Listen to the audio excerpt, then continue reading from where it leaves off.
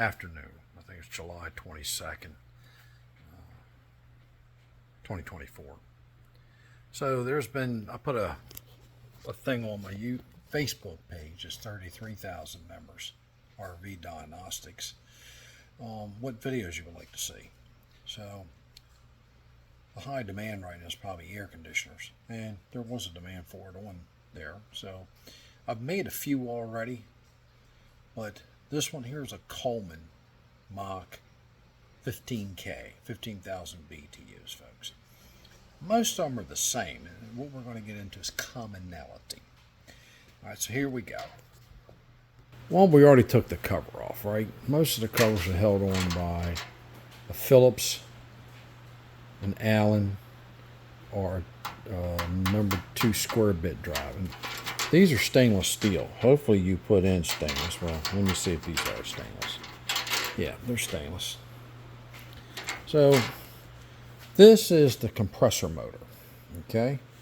And the compressor motor is mounted on these rubber isolators down there, if you see them. So what'll happen if these go bad? We're going to call it if it goes bad.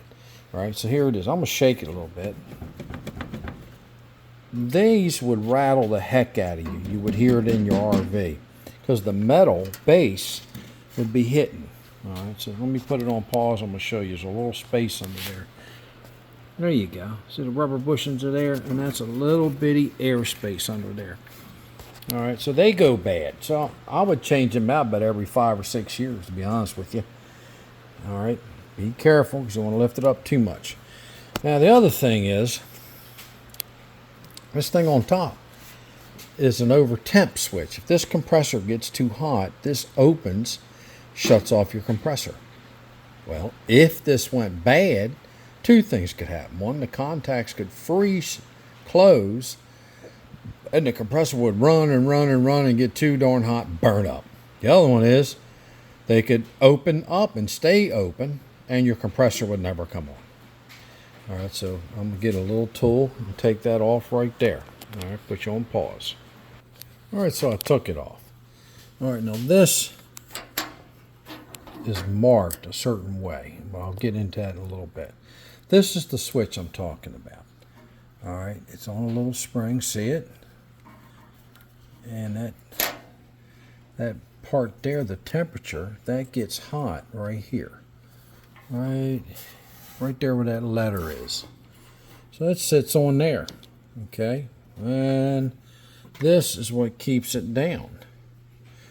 All right, so number 14, and then, all right, red wire, C compressor, S, V, right? So I gotta be careful because that darn thing is, oh, there you go. So this is the black wire. Right here it gets the power. Okay. And if that switch is open, then we're going to get power. So the power comes through here. Your red and the white is for your compressor and all that down inside. All right. So there you go. S, C, and RW, red. Red and white. Well, you gotta be careful of that. Well, later in the video, I'm going to show you how to check for voltage, but I want you to know that that can be the culprit sometimes. Okay. Now we're going to talk about. We talked about the mountings that can vibrate. We can talk about what can stop the compressor dead in its track for not coming on. This over temp switch. All right.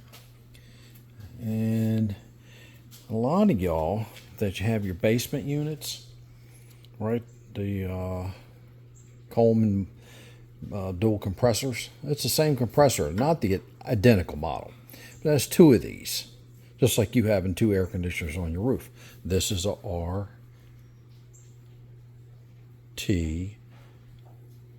rooftop unit. All right, so it is a Coleman Mach 48. It's a 15K. All right. AC volts 150. Compressor lockout. That's how much it takes to, man, as soon as that compressor gets to moving, Takes almost 61 amps to draw it to get it to spin, and then it keeps 12 to keep it running. Of it as you're trying to push a car, it's dead still. Hopefully the brake's off and it's in neutral. And you remember how hard it was to push. Once you got it rolling, it wasn't that bad. Well, that is what compressor LRA is. You just got the car started moving, the compressor moving, and then now it's moving. That's a lot of big difference in amps there. All right, there's your 12.9 compressor, basic control amps, 3rd horsepower, fan motor FLA 3.4. And this model didn't come with an optional heater. All right, so let's look at this fan over here. Okay, well, the fan has 2 shafts going through the center, one big shaft going through the center. There's 2 fans on it. Okay, so that, look how easy that spins. I barely moved that. Watch, I'm gonna just go like this. Look, I'm just gonna touch it. Here, I'm gonna show you how easy. Here's a rag. I'm just gonna drag the rag over the fan. Look, that ain't nothing. That's how easy that should spin, folks. A lot of you sometimes, you want to put oil down in here. All right, let's see if I can get it around in the light for you. There you go.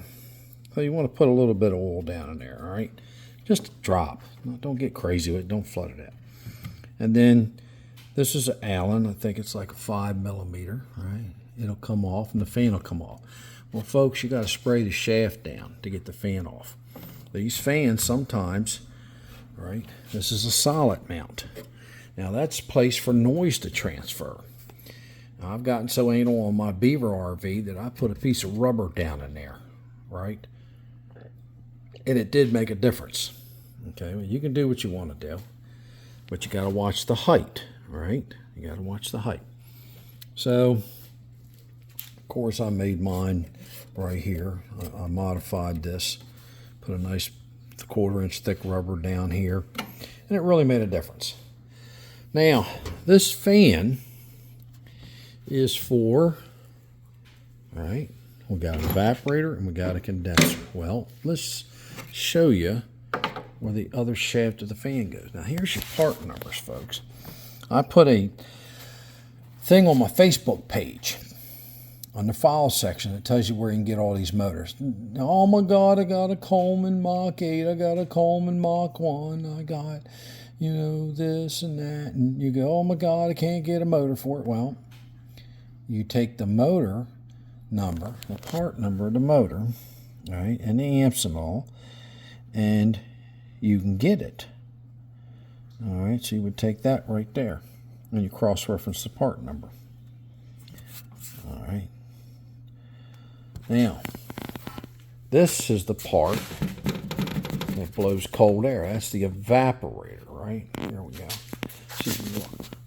That's the hole right there. It's bigger, but that's the hole.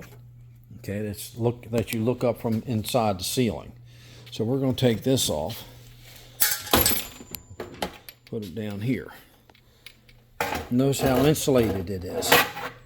I even put more insulation on it. I put it up here because this gets high. I don't know why y'all keep black ones, covers on them. Now we're going to look at this.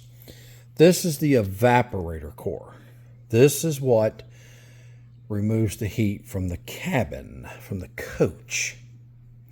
It doesn't cool your RV off, it unheats. I know some of you going, whoa, ain't that the same? It's all right. This is the condenser. This is outside. So air gets drawn through here, blowed this way out. So what we're going to do is, it needs a cleaning, but we're going to look. We're going to look down here, look for oil stains, right? All down, usually down on the bottom you get oil stains. You know, we look all the way around for oil stains. Now this person was told that they needed a new AC unit. This is one of my members, and she'd been real good. The first time I helped her, I think she saved $1,000 on a lipid pump motor. And I look down in here, and we go, oh my God, let's get some light on there. Here we go, see? I'll give you some light. And that's probably where it's going to build up. corrosion and oil. And look, she's already corroding a little bit. All right, so you want to be careful of that. And I don't see no oil yet. And you could take this cover off. Screws here, and look for oil on the inside. But usually the air gets blown this way. So you're going to see it up in here. Okay? Now, let's look at this. Here is the evaporator. There's the same tubes all the way down in there. And I got this one here. I could take it off in a minute. Hold on. I'm going to put you on pause. Okay, so I took that cover off. And we're going to look down in here into the coil tubing. They look pretty healthy. Okay, now also we have a plastic tray down there. Look at that little piece of crap in there, piece of paper. Probably was labeled with something very important. Oh, look at that. Freeze, B-, yellow, fan high, fan low, H for high, L for low. All right, that was probably out of this box. Okay. Now, that's the tray everybody's talking about that gets clogged. So the evaporator, it'll condensate. It pulls the moisture out, and it goes down into this drainage tray. Right there, that plastic. That's plastic. So this evaporator coil is sitting in this plastic tray. That's the hole everybody talks about that clogs up. Okay? So that tray goes the whole length of this evaporator. All right. So I'll get this one off here. Hold on. Well, you can tell it's kind of dirty. I've seen them worse though, folks. So this, you're seeing this, oh, you go, man, what was that? Well, I'm going to show you. Put you on pause. This is the freeze sensor. It's exactly what it does. It goes right in there. It fits in there. Make sure it don't fall out, right? And it goes right to here. One of these. And right inside the board, I'll say sense 1, sense right there, right? GL, fan low, fan high, yellow, B negative, and sense.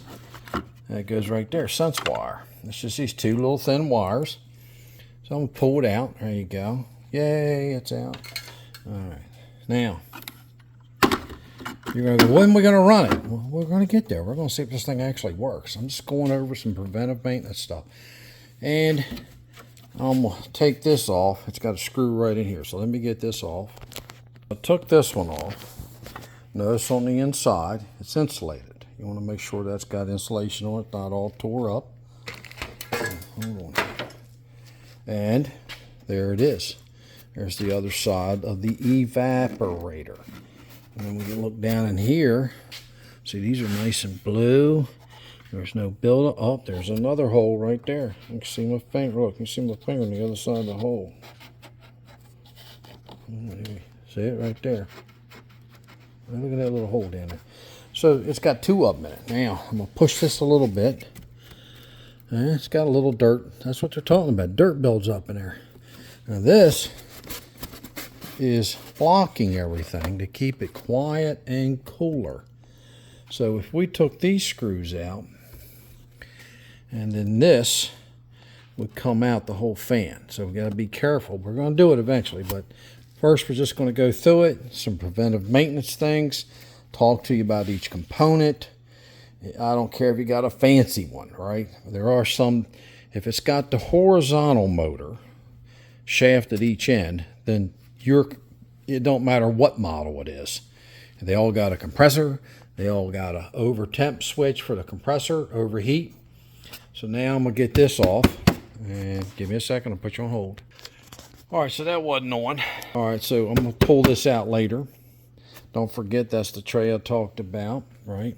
We talked about the compressor, what to look for. We talked about these bushings real quick, right? And these we're going to get into testing probably the next video, next 2 or 3 videos. They're capacitors. And then we talk about this box here. We talked about the evaporator. We talked about the condenser. Condenser gets rid of the heat once it's drawed out of your RV. And yes, they're dirty, but I've seen worse. Thank you. This is Jeff from RV Diagnostics.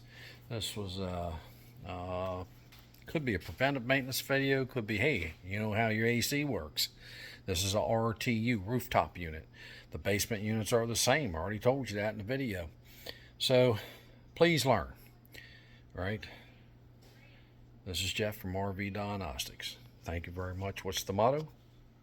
Test, not guess. I'm out of here.